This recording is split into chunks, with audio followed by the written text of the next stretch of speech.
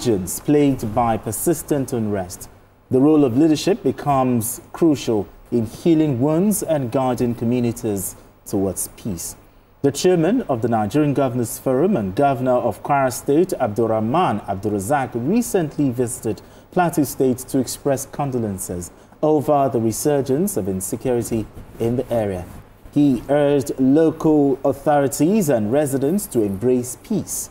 Meanwhile, the Inspector General of Police, Egbetokun, has stressed the need to decentralize the police force. He ordered the immediate implementation of community policing nationwide to tackle insecurity in various states. Now let's share the story of the Governors Forum by TVC News Funam Joshua with you.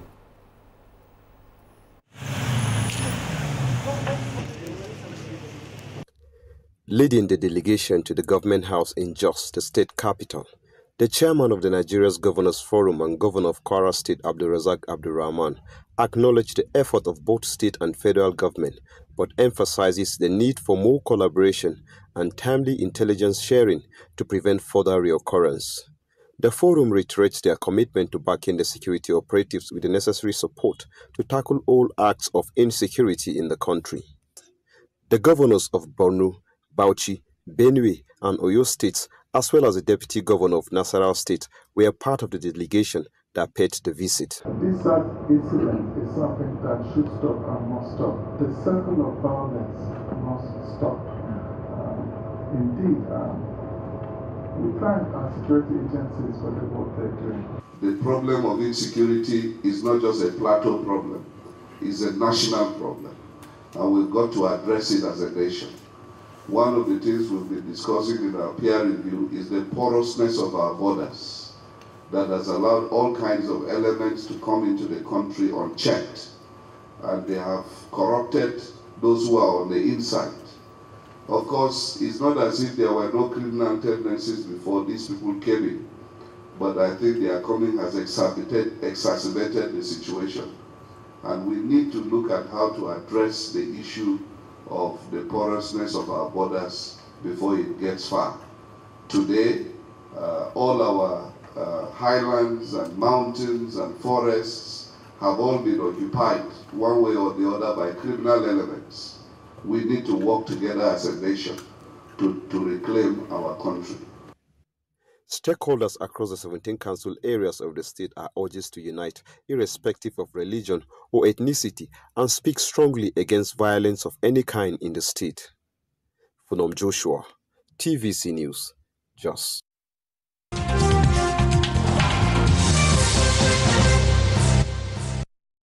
So why do you need Dettol 12-hour protective shield?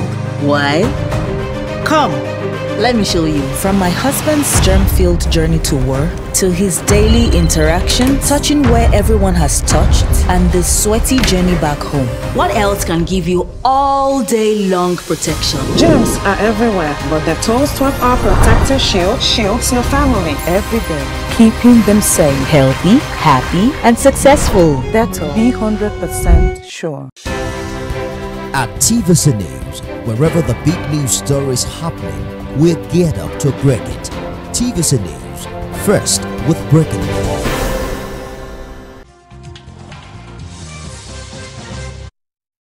All right,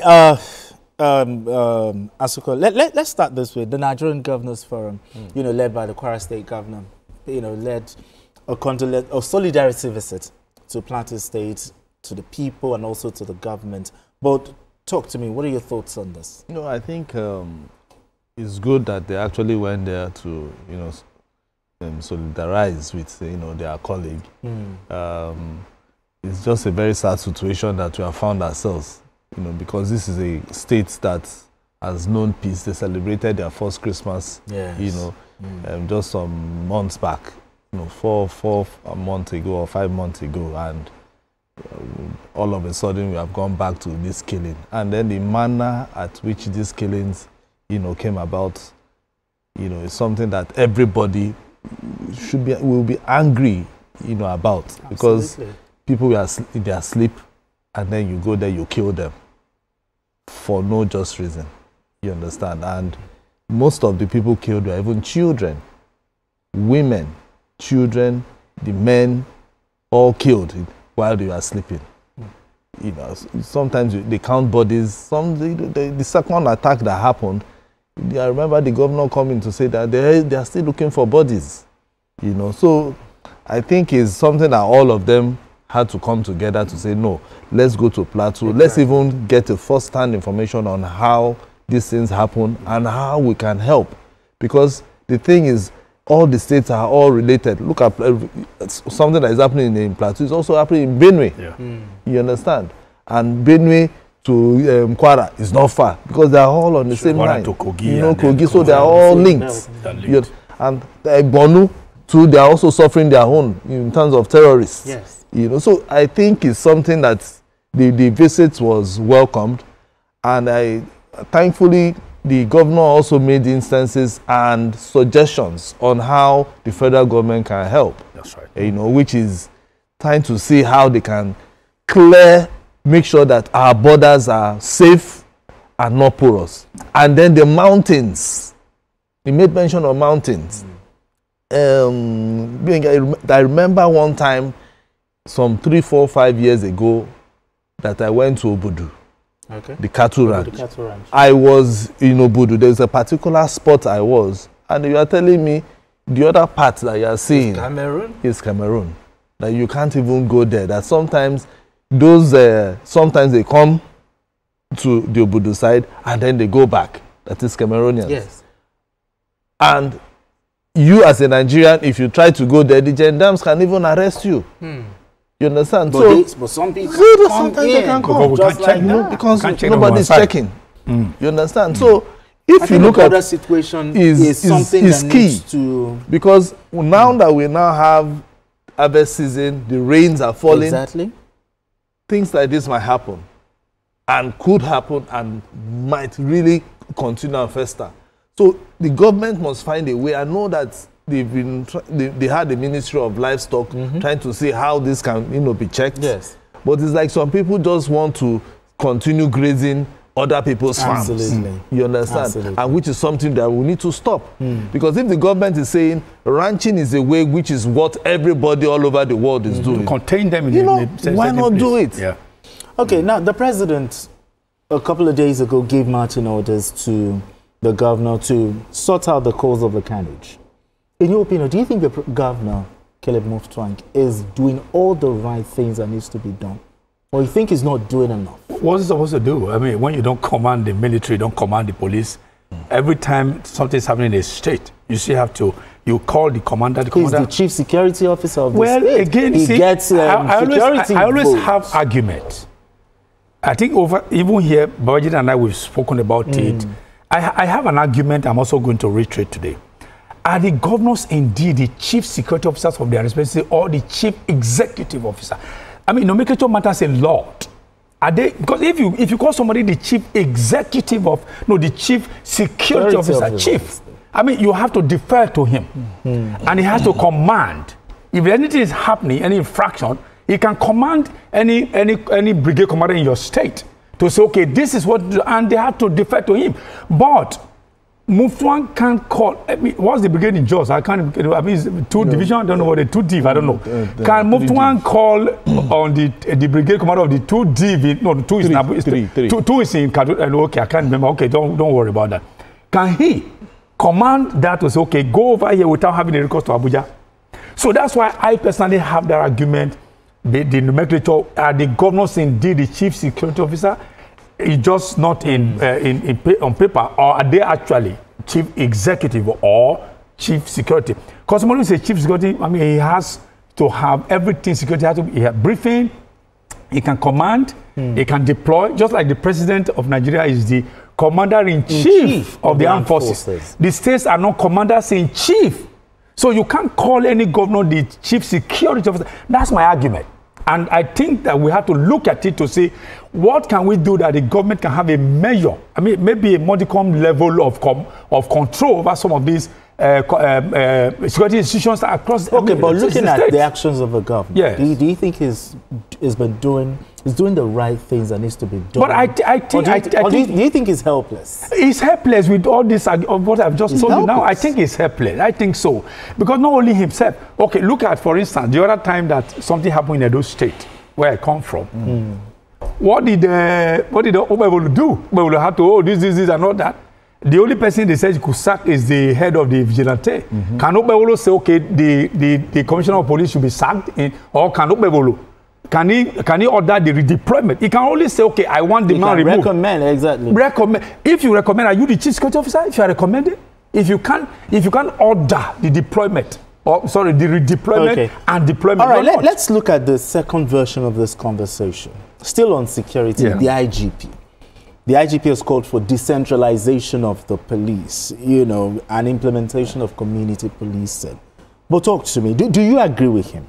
Well, I would have asked a question, but your job is to ask questions, so I will ask Asuko. Asuko, have we finally got to a place where we have to do this? Don't answer. It's a rhetorical question. Yes, are community police. Just go on. Are we there? Go ahead. It is my duty to ask. Because you know why? We've been on this for a long time. But we were told, we are still being told that we are not ripe for community or state policing. Are we ripe for it now? I also have a problem. Well, even in as much as it gladdens my heart to see that Police IG has finally seen reasons and seen wisdom to say, okay, let's implement.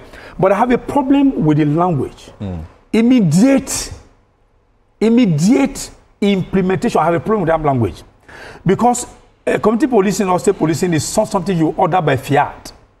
Okay? You just wake up one morning and say, okay, go and bring the books. What is the IG? What papers? Does it have any policy that it can implement? Question number one. Okay. Question number two, who is going to be responsible for the kitting, promotion, recruitment of all these state police and community police? Who is going to be responsible? Will it be the states?